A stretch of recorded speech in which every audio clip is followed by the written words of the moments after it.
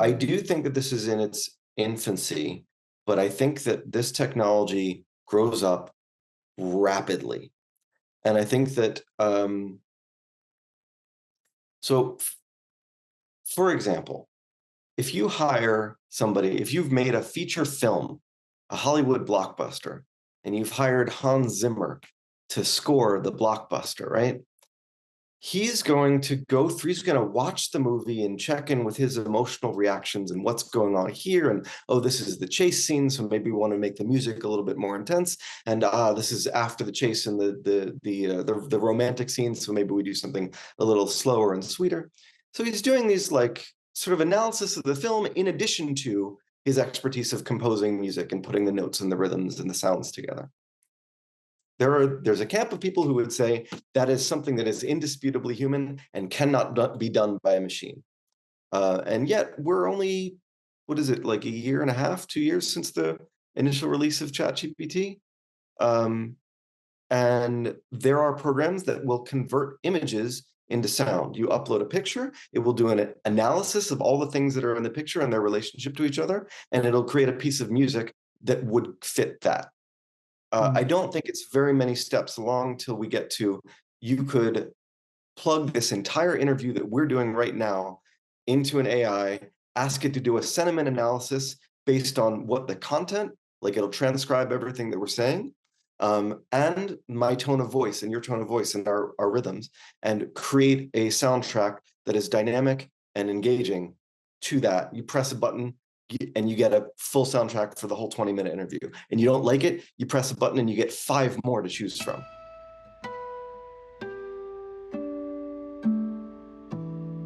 When you go to an artist, you're not asking for an artist to capture the world, you're asking for an artist to capture their world. And that's what you create when you create art, is something that could have only been born of your mind. And we're now entering a territory where we've got GPTs and LLMs and neural networks that are roughly, I don't want to get too into the technical weeds because I'm not like a programmer on this stuff, but roughly like a representation of the collective consciousness of everything that it was trained on. What's interesting and kind of tricky about working with LLMs to generate art is that the the more general you are, or the less specific you are with your prompt, the more general the art will be, whether it's a poem or a painting or a piece of music, because it's the algorithm is optimizing for like what's dead center, what's like the most general thing that you, oh, write me a song. What's the most general thing that a song could be? Mhm. Um, and that's currently, we as humans have an advantage over that, because while yes, I teach songwriting, I have 90 students a year, I can ask them to write a song and get something general, or I can say like, write something about a meaningful experience that you had today, and I'll get something that is not the general. Um, that being said, if you prompt an LLM to, like, here's what happened to me today, or even better, fast forward 2 3 years in the future where we've got the tech, and your X feed, your Facebook feed, your Instagram feed, the live mic capture from your phone, transcriptions of every phone call, your microphone input, all of this goes into an AI. So the AI knows everything that's going on, not just physically around you, but also in your digital footprint, and then say, okay, I want you to write me a song about something meaningful that happened to me today. And boom, it'll be able to do that.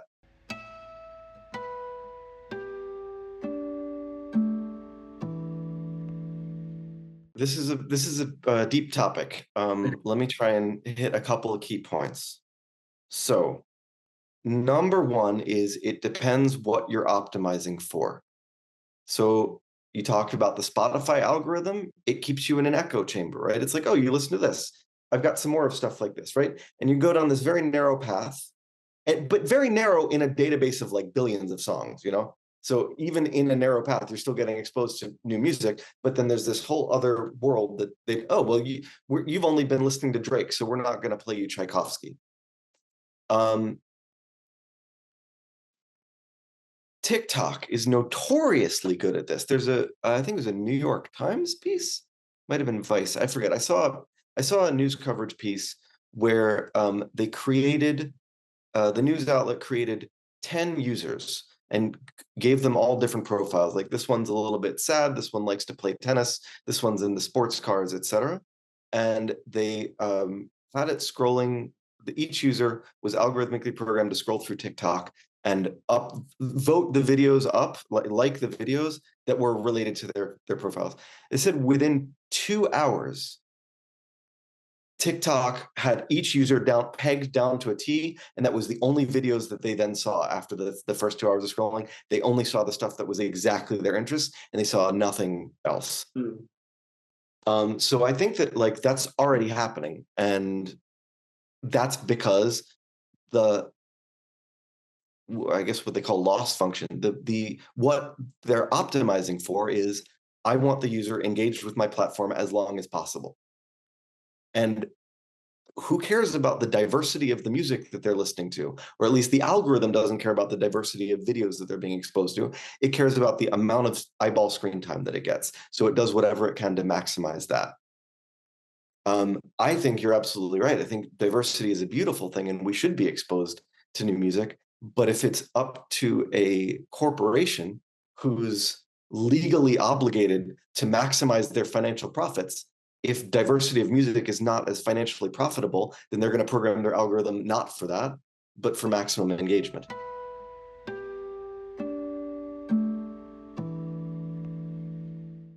AI designers, AI programmers are really focusing on right now is curating a quality data set. And it's because that's important. But we're getting to the point where within a few years' time, especially if we don't do stuff like watermark AI outputs, so that if you're looking at an article or a picture or a movie or a song, there's some encoded data in there that lets you know this was created by an AI. If we don't do that, then in a few years' time, the speed at which these things generate data, in a few years' time, there's going to be more AI-generated data than human-generated data, which means if you train a model on what it finds on the internet, it's going to be predominantly trained on whatever the last thing spit out. And the last thing is not, these things aren't factual, right? They're statistically based. So when it generates a sentence, it's not going to Wikipedia and looking up the answer to the question that you asked. It's just saying, it's guessing based on billions of parameters, what is the next word likely to be in this sentence if this person were writing it? That's not what you want to be training supercomputers on, right? You want to be training them on ground truth, on objective reality. You want them to be able to reason from first principles, not reason from the principles of the previous generation that wasn't so good at figuring stuff out.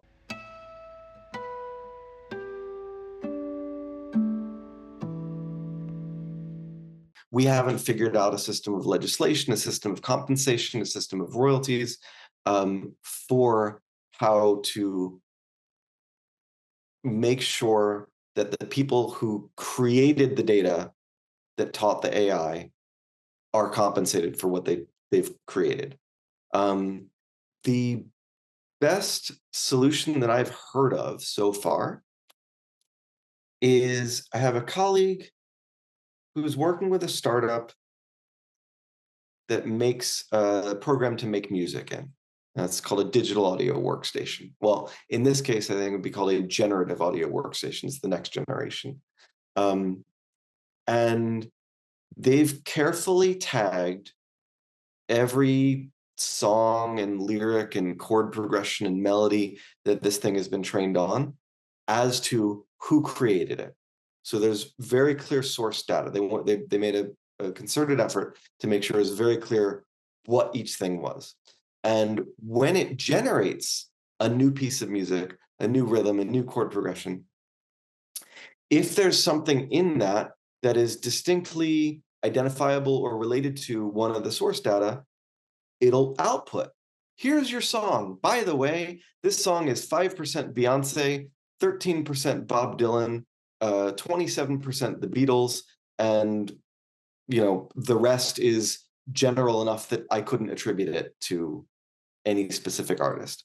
So I think that's a promising way forward. And of course, artists will have the right, or should have the right, to opt out of the training set. If say, I don't want you to train on my music, it should be a consent-based model. So that seems like a promising way forward. But honestly, I think one of the things that worries me is that we're trying to legislate 21st century technology, cutting edge 21st century technology that does something that we've never seen or done before. We're trying to fit that in a model of a legal system that is hundreds of years old. And it doesn't make sense. It's like trying to watch a YouTube video on a typewriter. I don't think that, I think that it's going to take a paradigm shift.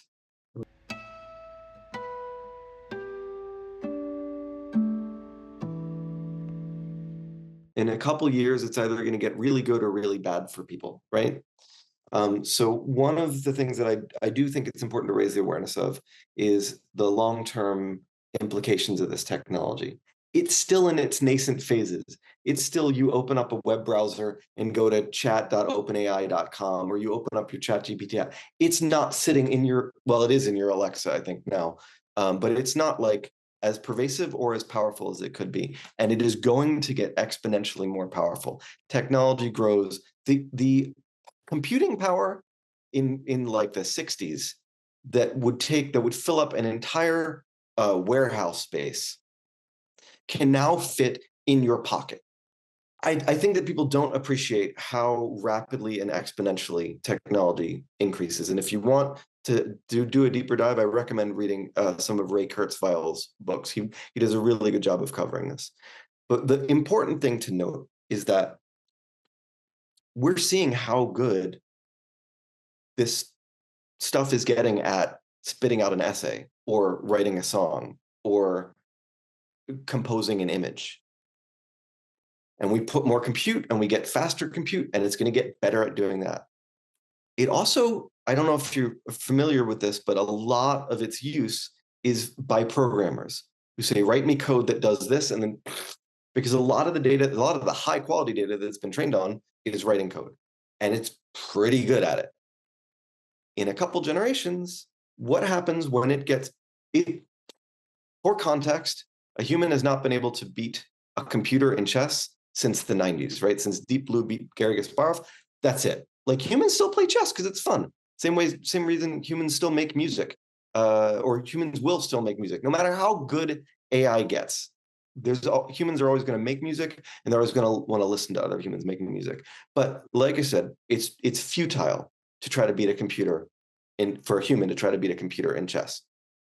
Eventually, we're going to turn these things and say, here's what we'd like you to do. We'd like you to program the next version of yourself. And when they get better than humans at doing that, and their clock speeds run millions of times faster, they're going to be kicking out version after version, improved and improved. If we don't have them interpretable and we don't have them aligned, that could be a big problem. Interpretable means we know what they're doing, and right now we don't know what they're doing. LLMs are, for the most part, a black box. You put in a sentence, you get stuff out, and you can't figure out exactly how it happened. And sometimes it goes wrong, and you don't know why. So if we can't interpret what a machine that's clocking billions of times faster than us and collectively more powerful and intelligent than the entire species, and it's running on every device everywhere, that's concerning. And then alignment is making sure that we can get it to do what we want to do.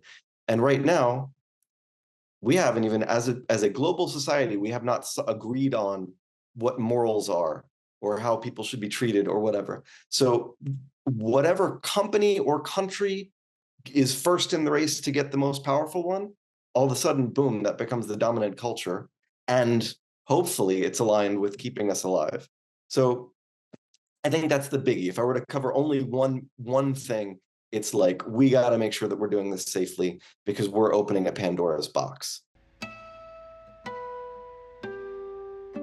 chess has been solved, meaning that a computer can now beat chess, and no human can do anything about that. Go is one that has not been solved. It was thought that it was solved when Google's DeepMind created a program called AlphaGo Zero, an AI called AlphaGo Zero that played itself. It just kept playing Go over and over again with a copy of itself, learning to get better and better and better and better. They had it go up against a grandmaster of Go, and in the middle of, I think it was the second or third match, it made a move that got the grandmaster to get up out of his seat and like walk. He's like, I don't even know what this is. I need to think about this. And they went to the programmers of the machine and said, what are they doing? They said, I don't know what it's doing. It just knows that there's like a 99.8% probability that a human would never do that. So, okay. So finally he comes back, like thinking that he's being outsmarted by this machine, or like maybe it made a mistake. He doesn't know. He's a little bit shaken, but he comes back, finishes the game, and the computer wins.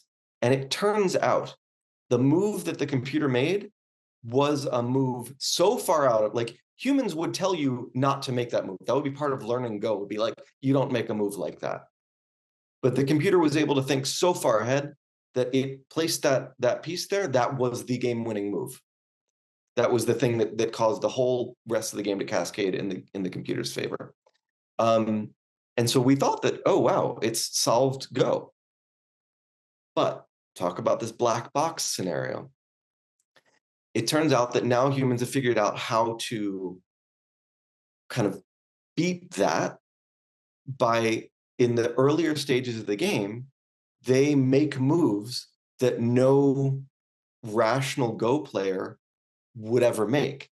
And so that throws the computer off, because it's like, I've never seen a pattern like this. I've never played a game like this. I don't know how this is going to play out. And so now humans, by being less human or more human, or I don't even know, humans have reclaimed some space in this game. Now, eventually, will that get overtaken? Very likely.